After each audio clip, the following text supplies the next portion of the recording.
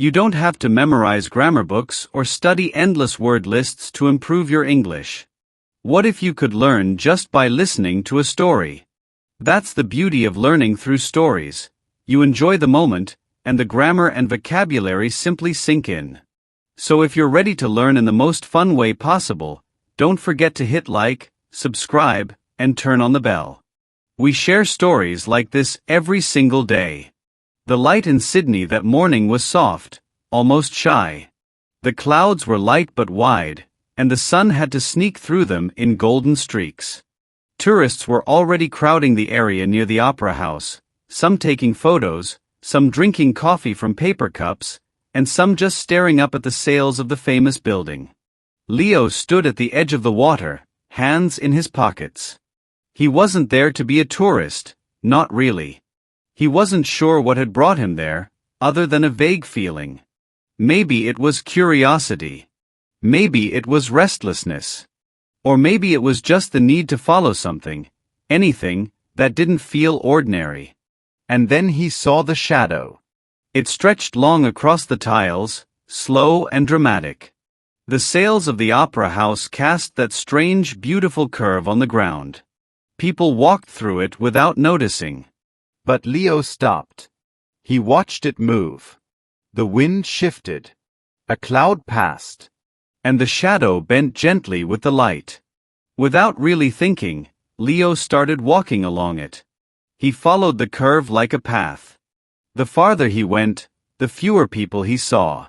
Eventually, the sound of cameras clicking and shoes tapping faded away. The path led him around the side of the Opera House and down a narrow set of stairs. He reached a platform near the water. It was quiet there. The kind of quiet that feels private, like it's waiting just for you. A fisherman stood nearby, silent and still, watching the surface of the harbor. A small bird landed on the railing and blinked at Leo before flying off again. He kept following the shadow. Now it wasn't just the shape of the building anymore. It was the shadow of a rail, a ledge, the edge of a tree. It broke and connected again as he walked. It was like the city was drawing a line just for him.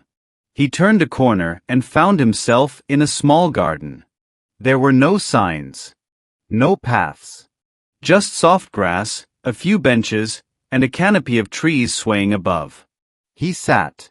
And there, under the mixed light and shadow, he let his thoughts wander. Memories from other cities passed through his mind. Crowded streets in Seoul, the strange silence of Berlin's trains, the playful wind in Amsterdam's alleys. But this moment in Sydney was something different. It wasn't dramatic. It wasn't loud. It was slow, and that made it feel powerful. For the first time in days, Leo felt like he wasn't chasing anything. He wasn't trying to solve a puzzle or answer a question. He was just there. Present. A boat passed far below, cutting a white line in the blue water. The sails of the Opera House behind him caught the sun again, and their shadow changed direction. Leo stood up.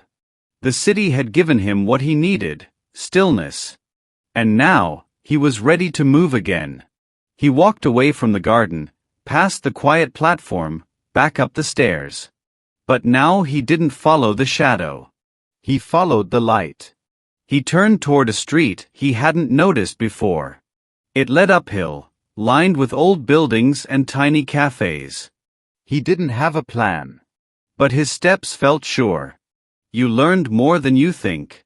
By listening to Leo's quiet walk through Sydney, you practiced past tense storytelling, emotional description, and advanced sentence flow, all without trying.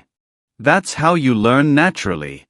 If you enjoyed this, give it a like, subscribe to the channel, and hit the bell so you don't miss tomorrow's story. Now tell us, have you ever followed something unusual that led you somewhere unexpected? Leave a comment below. We'd love to hear your story.